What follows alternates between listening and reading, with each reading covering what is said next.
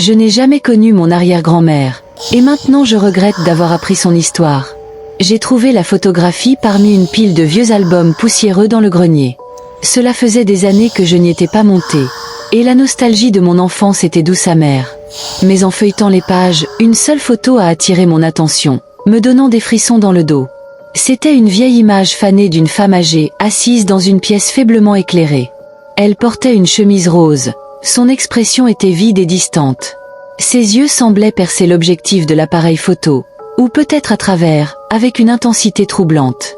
Je ne la reconnaissais pas, mais il y avait quelque chose de dérangeant de familier dans son visage. J'ai montré la photo à ma mère, espérant qu'elle pourrait éclaircir le mystère de cette femme. Sa réaction a été immédiate et viscérale. Elle a poussé un cri, son visage pâlissant tandis qu'elle arrachait la photo de mes mains. « Où as-tu trouvé ça ?»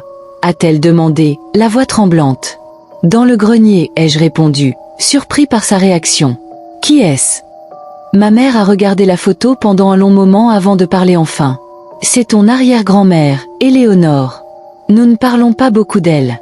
Elle avait des problèmes. » « Quel genre de problème ?» ai-je insisté, curieux malgré le sentiment croissant de peur dans mon estomac. « Elle a été internée quand j'étais enfant » a expliqué ma mère, la voix basse.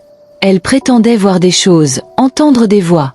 Il disait qu'elle était schizophrène, mais elle insistait toujours que c'était autre chose. Quelque chose de plus sombre. J'ai repris la photo, l'examinant de plus près. La pièce en arrière-plan était sombre, presque comme si elle avalait la lumière. Il y avait une étrange floue près de sa main, presque comme un flou de mouvement, mais plus sinistre, comme si quelque chose essayait de s'échapper du cadre. Veuillez vous abonner à cette chaîne si ce n'est pas déjà fait. Merci, continuons l'histoire. Cette nuit-là, je n'arrivais pas à me sortir l'image de la tête. Je l'ai posée sur ma table de nuit, espérant qu'un peu de sommeil m'aiderait à me débarrasser de ce sentiment étrange. Mais au fil des heures, je n'arrivais pas à m'endormir. L'obscurité de ma chambre semblait oppressante, les ombres s'allongeant et se déplaçant d'une manière illogique. Vers minuit, j'ai entendu un faible murmure, à peine audible mais persistant. J'ai tendu l'oreille pour essayer de comprendre les mots, mais c'était comme essayer de saisir de la fumée. Les murmures sont devenus plus forts, et j'ai réalisé qu'ils venaient de la direction de la photographie. J'ai allumé ma lampe de chevet, la lumière soudaine m'aveuglant momentanément. Quand mes yeux se sont habitués, j'ai vu que la photographie était tombée par terre, l'image d'Éléonore maintenant étrangement illuminée par la lueur de la lampe. Les murmures se sont arrêtés, remplacés par un silence lourd qui pesait sur moi. En ramassant la photo, j'ai remarqué quelque chose que je n'avais pas vu avant. En arrière-plan, derrière Éléonore, il y avait une silhouette floue, presque invisible mais définitivement présente. Un frisson a parcouru mon échine. Était-ce ce qu'elle prétendait voir ? Incapable de me débarrasser du sentiment d'être observée, j'ai décidé de faire des recherches sur Éléonore. Le lendemain, j'ai visité la bibliothèque locale et fouillé dans les vieux journaux et archives. Ce que j'ai trouvé était glaçant. Éléonore avait été internée à l'asile après avoir attaqué son mari, prétendant qu'il était possédé par un esprit sombre. Elle était devenue de plus en plus violente et paranoïaque, convaincue que quelque chose la poursuivait. Ses revendications avaient été rejetées comme les divagations d'une folle, mais plus je lisais, plus je commençais à croire qu'il y avait quelque chose de vrai dans ces histoires. J'ai trouvé son ancien journal, un petit livre relié en cuir rempli d'une écriture erratique. Ses entrées étaient un mélange de pensées lucides et de griffonnage frénétique, détaillant sa descente dans la folie. Elle décrivait voir des silhouettes ombreuses, entendre des murmures dans la nuit et ressentir une présence oppressante qui ne la quittait jamais. Une entrée m'a particulièrement frappée. 13 mars 1956. Les ombres se rapprochent. Elles murmurent mon nom, me taquinent avec des promesses de paix si je cède. Je les vois dans chaque coin, chaque endroit sombre. Elles me veulent. Je le sais. Mais je ne céderai pas. Je ne céderai pas. Plus je lisais, plus je ressentais une peur insidieuse s'installer en moi. Les descriptions correspondaient à ce que j'avais vécu depuis que j'avais trouvé la photo. Les murmures, les ombres, la sensation d'être observé, tout était trop réel. Cette nuit-là, les murmures sont revenus, plus forts et plus insistants. Ils semblaient résonner dans mon esprit, me remplissant d'un sentiment de malheur imminent. Je serrais la photo, ressentant une étrange compulsion à la garder près de moi. Au fil des heures, j'ai vu un mouvement du coin de l'œil. Une ombre, plus sombre que les autres, semblait se déplacer et pulser, presque comme si elle était vivante. Mon cœur battait la chamade alors que je la regardais lentement prendre forme, se transformant en la silhouette que j'avais vue en arrière-plan de la photographie. Elle s'approchait, une forme noire et amorphe qui semblait absorber la lumière autour d'elle. Je pouvais ressentir sa malveillance, une force tangible qui envoyait des vagues de peur à travers moi. Les murmures devenaient plus forts, plus urgents, et j'ai réalisé qu'ils venaient de l'ombre elle-même. « Abandonne-toi » a-t-elle sifflé. Sa voix un écho tordu et déformé. « Rejoins-nous » J'ai bondi hors du lit, l'esprit en ébullition.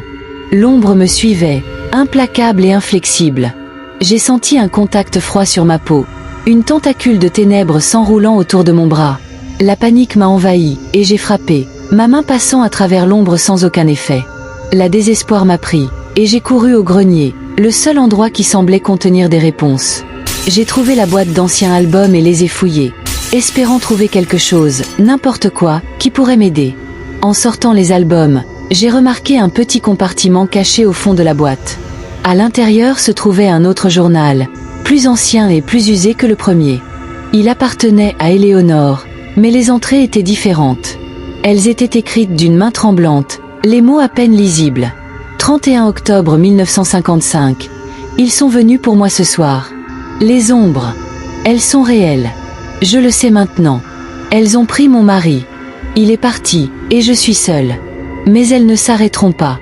Elles me veulent. Elles ne s'arrêteront jamais. J'ai ressenti un souffle froid dans mon cou, et je me suis retournée pour voir l'ombre se dresser au-dessus de moi, sa forme se tordant et se convulsant. Les murmures étaient assourdissants maintenant. Une cacophonie de voix me pressant toutes de céder, de me rendre. Dans un moment de clarté, j'ai compris ce que je devais faire.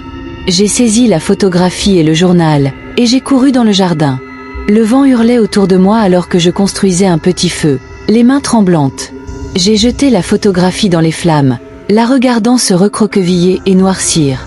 Les ombres semblaient hurler, un son qui me transperçait, et j'ai su que je faisais ce qu'il fallait. J'ai jeté le journal après la photo, les pages s'enflammant et brûlant les ténèbres.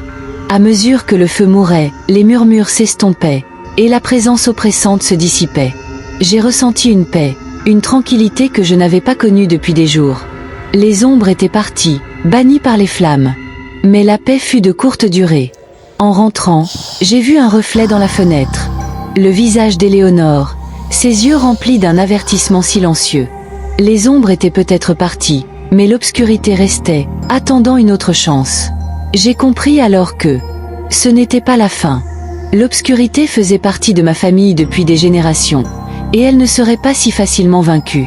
Ce n'était qu'une question de temps avant qu'elle ne revienne, et je devais être prêt. La photographie avait peut-être été détruite, mais les ombres avaient laissé leur marque sur moi. Je pouvais les sentir tapis dans les coins de mon esprit, murmurant leurs promesses de paix. Et au fond de moi, je savais qu'un jour, je devrais les affronter à nouveau. Pour l'instant, je garde le journal dans mes pensées, un rappel de l'obscurité qui hante ma famille. Et chaque nuit, alors que je m'allonge dans mon lit, j'écoute les murmures, sachant que les ombres sont toujours là, toujours en train de regarder, toujours en train d'attendre. Merci d'avoir regardé. Veuillez vous abonner, aimer et partager. À la prochaine fois, restez bénis.